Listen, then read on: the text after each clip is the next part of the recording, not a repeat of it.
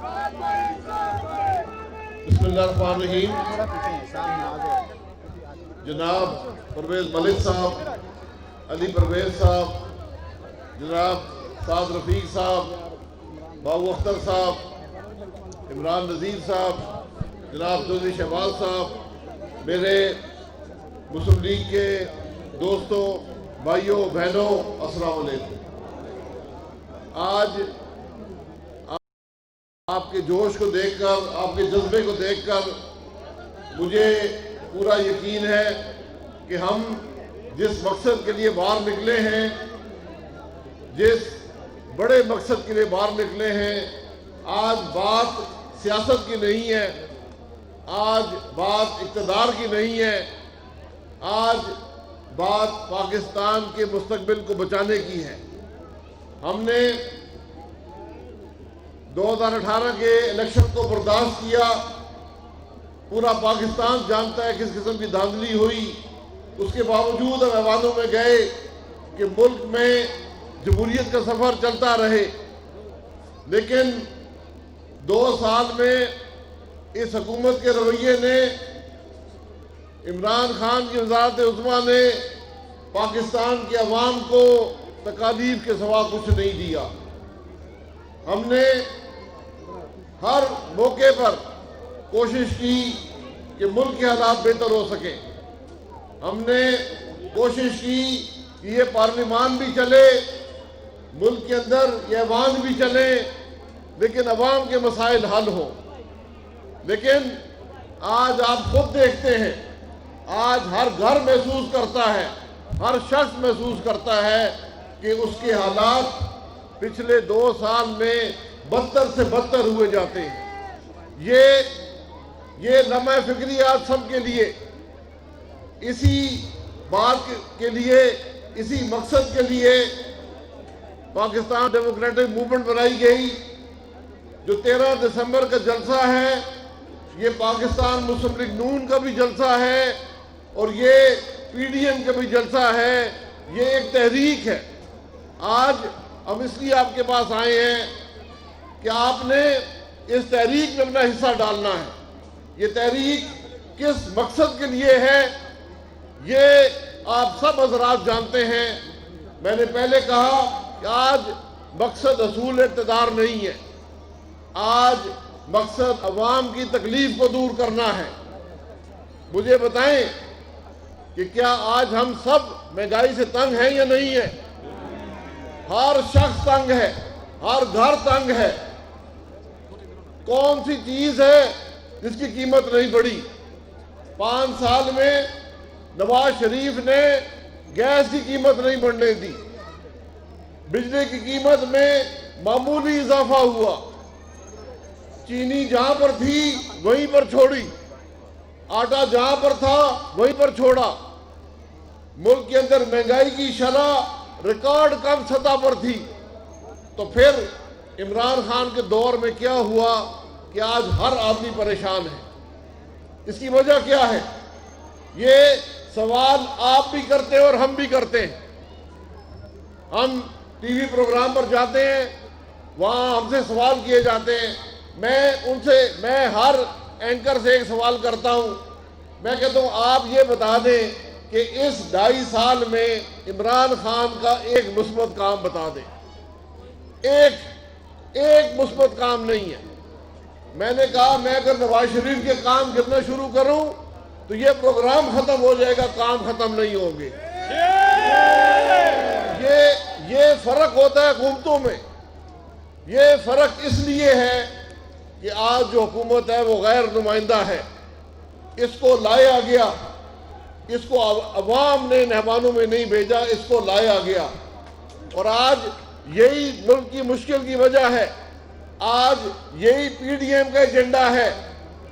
آج مسلم لیگ نون بھی یہ کہتی ہے، ساری پی ڈی ایم جس میں پورے پاکستان کی جماعتیں ہیں، ہر صوبے کی جماعت ہے، ہر سوچ کی جماعت ہے، وہ ایک نقطے پر اکٹھے ہیں. اور وہ نقطہ یہ ہے کہ ملک میں آئین کی حکمرانی ہونی چاہیے. ملک میں عوام جو ووٹ کی صورت میں امانت ہمارے سپرد کرتے ہیں اس میں خیانت نہیں ہونی چاہیے. یہ ممکن نہیں ہے کہ عوام ووٹ نواز شریف کو دیں اور حکمرانی میں عمران خان آئے. یہ ممکن نہیں ہو سکتا. یہ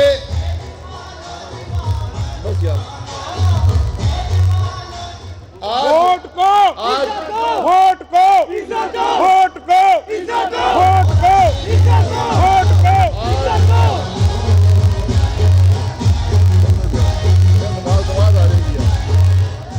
آج ہم سب نے اس تحریک میں حصہ لے کر پاکستان کے حالات کو بہتر کرنا ہے.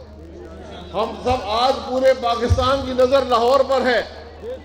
گجرانوالہ کا جلسہ ہوا تاریخی تھا, کراچی کا جلسہ ہوا تاریخی تھا, کوئٹہ کا جلسہ ہوا تاریخی تھا, پشاور کا جلسہ ہوا تاریخی جلسہ تھا, ملتان کا جلسہ ہوا چند دن پہلے. اب سب حضرات نے دیکھا کہ کس طرح جلسے کو روکا گیا, پھر بھی عوام کا ایک سیلاب موجود تھا.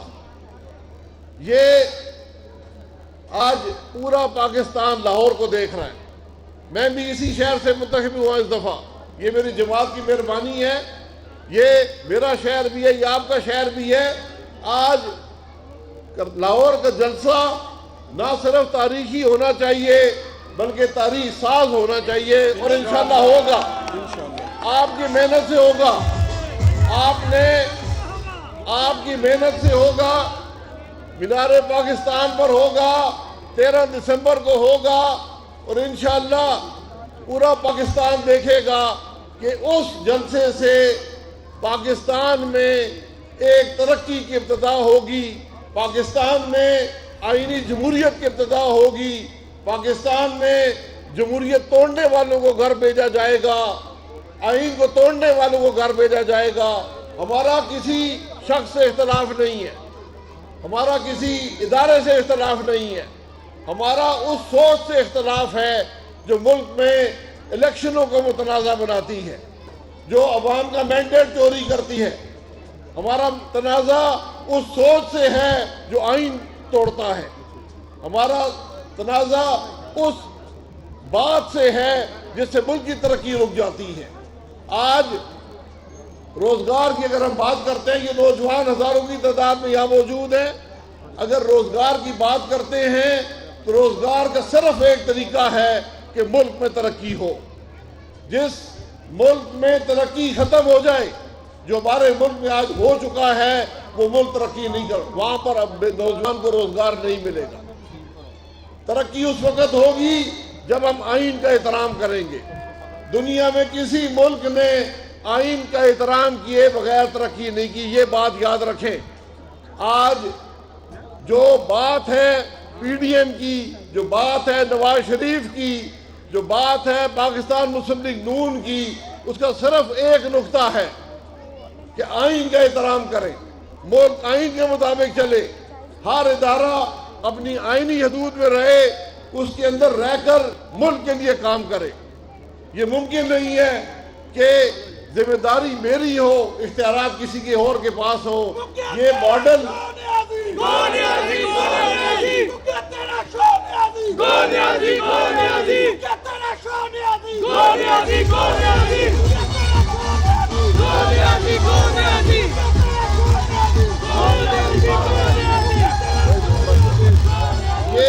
یہ جو حکمرانی کے ماڈل تھے, ہم